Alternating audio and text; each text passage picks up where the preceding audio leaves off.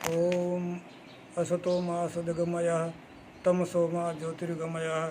मृत्युर्मामृतम गमय। धर्म धाम धूणा पनाणिया कतला तारा तारा। यहाँ पर आने वाले सभी धर्म प्रेमी सज्जनों से मैं हमेशा समय समय पर प्राचीन भारतीय संस्कृति, आर्य संस्कृति, हिंदू संस्कृति के प्रति जिन लोगों की श्रद्धा है, भावना है, उसके अनुरूप अपना जीवन व्यतीत करना चाहते हैं और करते हैं, उन सभी महानुभावों से मेरा यह नम्र निवेदन और संत महात्माओं की इस तपोस्थली धर्मधाम धोने की तरफ से सभी धर्म प्रेमी सज्जनों से मेरा निवेदन कि आप अपने प्राचीन भारतीय संस्कृति को अपनाते हुए, वेदों की वैदिक संस्कृति को अपनाते हुए, वर्तमान समय के अंदर जो मृत्यु रोज भोज के रूप में जो कुरीतियाँ वो रीति के रूप में जो प्रचलित हुई है, उसका निवारण के लिए युवा वर्ग अपने अपने स्थानों पर, अपने अपने क्षेत्रों से, एरियाओं से, उनकी ये भावना है, ये उनका ये कर्म और उनकी ये प्रेरणा है। सभी अपने जो बुजुर्ग लोग, उनसे निवेदन और उनका अनुरोध है कि कुरीतियों को छोड़ करके और अपने धर्म संस्कृति के अनुसार अपनी प्राचीन संस्कृति का निवारण करते हुए, जैसे मृत्यु भोज के ऊपर 10-12 दिन के अंदर हजारों लाखों का जो खर्चा कर देते हैं, और जब तक माता पिता जीवित है उनकी यथाशक्ति उनकी सेवा भी नहीं कर पाते वो, और उनके देहांत के बाद में लाखों करोड़ों रुपया का खर्च कर देते हैं। उसकी अपेक्षा वैसे मेरा भी यह लोगों से निवेदन है, अगर कोई उस रूप में करना चाहे तो अपने जीवित माता पिता को अपने जो धर्म स्थानों पे वहाँ ले जा करके उनको दर्शन कराए, उनको स्नान पानी करा करके वापस घर में आकर के यथाशक्ति यथा सामर्थ्य उनको जीवित गंग भोज के रूप में अगर वो करना चाहे तो वो हर आदमी करता भी नहीं है, और जो समर्थ है करने में तो उसको वो करे तो वो अच्छा है। वैसे मृत्यु 10-12-15 दिन के बाद जो भी जिसका पक्ष जैसे 12 दिन के आता है, किसी का 15 दिन या 17 दिन जो भी योगी बढ़ता है, उसके माध्यम से वो खर्चा करता है, वैकुंठी वगैरह निकालते हैं। उसमें हर आदमी देखने के बाद वो उस रिवाज को आगे चलाता रहता है, कुरीतियों को आगे प्रसन्न करता रहता है, तो उसका निवारण होना चाहिए। तो उसके लिए जो अपने अपने एरिया में जो बड़े धर्म स्थान बने हुए हैं, उनके आदेशानुसार, उनके प्रेरणा अनुसार वर्तमान समय में कुरीतियों को हटा करके और सुरीति जो अच्छे संस्कार, अच्छे जो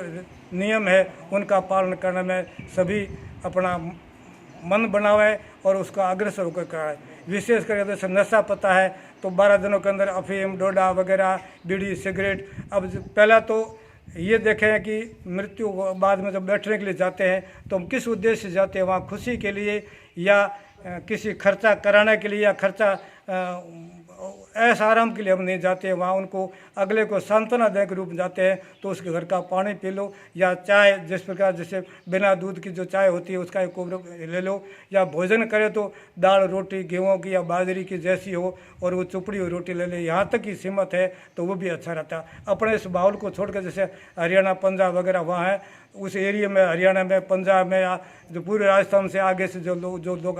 वहाँ भी अपना रिवाज, ये सब अपने समाज का, भारतीय समाज का सब जगह ये नियम है। मतलब लोग जो सांत्वना देने के लिए जाते हैं तो वहाँ वो बीड़ी तक नहीं पीते, वहाँ सिर्फ एक पानी का घूंट लेके आ जाते हैं। तो हम भी इसी देश के वासी हैं, हम भी इस क्षेत्र के वासी हैं। जिसकी आमदनी कम हो ज़्यादा वो बात अलग है, लेकिन रिवाज सबका एक होना चाहिए। एक देश, एक संस्कृति, एक वेशभूषा, इसका अगर निवारण करेंगे तो भारत के किसी कोने का कोई भी व्यक्ति सब सुख दुख में अपने साथ रहे, उसी एक रिवाज से अपना रिवाज, अपनी संस्कृति, अपनी निर्वाह, उसके अंदर जो भी जैसा लोग हैं वो अपना निर्वाह करने में समर्थ होंगे। इस प्रकार के जो शंकर देवास जैसे जो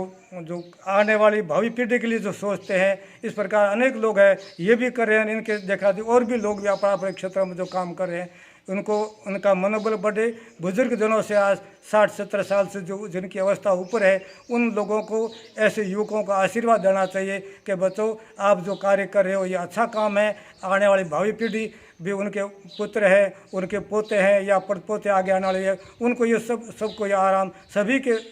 समान रूप से सुख प्राप्त होगा और कुरीतियाँ दूर होगी। नशा पिता निवारण के लिए वैसे सरकार का भी प्रतिबंध है, भी मृत्यु रूप बना है, और ब्याह शादी है तो मृत्यु भोज के ऊपर कोई ब्याह शादी करना नहीं चाहिए। और बड़े ब्याह शादी बड़े रूप में जो योग्य है, जैसे 18-21 साल से ऊपर है, वो करो और उसको नियमित रहो। जैसे उसके ब्याह शादियों में भी कई प्रकार खर्चे, जैसे दारू का और ये डीजी वगैरह इस प्रकार के जो उनके बाजाओं का जो उपयोग लेते हैं, लाखों करोड़ों का खर्चा 1-2-2.5 करते हैं। अगर वो खर्चा किसी निर्बल व्यक्ति को, किसी पढ़ने वाले व्यक्ति को, किसी बीमार व्यक्ति, अस्वस्थ व्यक्ति का अगर उसका अगर उस धन का अगर सदुपयोग हो, उसको सहयोग मिले तो उसकी ज़िंदगी बचती है। और वो आने वाली पीढ़ी वो भी बेचारा याद करेगा भी मेरे को अमुक लोगों की सहायता से मेरा जीवन बचा। इस प्रकार सुफल में, अच्छे काम में पैसा का उपयोग हो तो वही उपयोग होना ये सार्थक है। बाकी निरर्थक होने में उसका कोई सार नहीं निकलता। ये अपनी प्राचीन वेदों के अंदर अपने हिंदू कहो, आर्य संस्कृत सभ्यता के कहो, हमारी प्राचीन जो शक्ति ये 4 वेद है, ऋग्वेद, यजुर्वेद, सामवेद, अथर्ववेद, चत्वारो वेदा, सांख्य, योग, न्याय, मीमांसा, वैशेषिक, वेदांत, षट्दर्शना। हम आर्यजन, हम हिंदू संस्कृति वाले भारतवासी, जिस संस्कृति प्रति हमारी श्रद्धा है, उन अपन धर्मशास्त्रों का यही आदेश है कि जो व्यक्ति जैसा समर्थ हो उसके अनुरूप अपना जीवन बिताना चाहिए। भारतीय संस्कृति अपने जीवन में, अपने आचरण में और कर्म धर्म में आनी चाहिए। उसके अनुरूप हो तो अपना जीवन, भारतवर्ष के किसी भी कोने का रहने वाला व्यक्ति एक ही संस्कृति, एक ही विचारधारा के अगर हो तो वही मनुष्य जीवन सफल और सुखी और ऋषि मुनियों की मर्यादा का पालन करते हुए हम अपने जीवन को सुखी रखें, सुखी बनावें, स्वयं सुखी रहे और दूसरों को सुखी रखें। सर्वे भवन्तु सुखिनः, सर्वे सन्तु निरामया, सर्वे भद्राणि पश्यन्तु माँ कष्ट दुख भाग भवेत् के अनुसार हम सभी मानव मात्र सभी सुखी रहें और दूसरों को सुखी देखें। यही हमारी मनोकामना, ये ऋषि मुनियों का आशीर्वाद अपने जीवन में चरितार्थ और सफल हो और हम अपने इस जीवन को सफल बनाते हुए आगे दूसरों के लिए जीवन में प्रेरणा के रूप में प्रेरणादायी बने। यही मेरी विचारधारा सभी धर्म प्रेमी सज्जनों से और भारतीय संस्कृति के जो उपासक हैं, जो उनके प्रति, अपनी संस्कृति के प्रति जिनकी श्रद्धा भावना है, ये अपनी संस्कृति आगे बढ़ती रहे, फले फूले और यहाँ भारतवासी सभी सुखी रहें। यही मेरा प्रभु से, परमाता परमेश्वर से, हमारा तपोनिष्ठ योगीराज श्री जयपुर जी, श्यामपुर जी, सूरजपुर जी, विजयपुर जी, तारा श्री तेजपुर जी, धर्मपुरी महाराज के महानुभावों के, इन महापुरुषों के आदेश से, इन वीतराग सन्यासियों के आशीर्वाद से हमारा ये बाड़मेर मालानी क्षेत्र फलता फूलता रहे और अपने भावनाओं को आगे बढ़ाते रहे। ओम शम शांति, शुभम स्वस्ति भूयात्।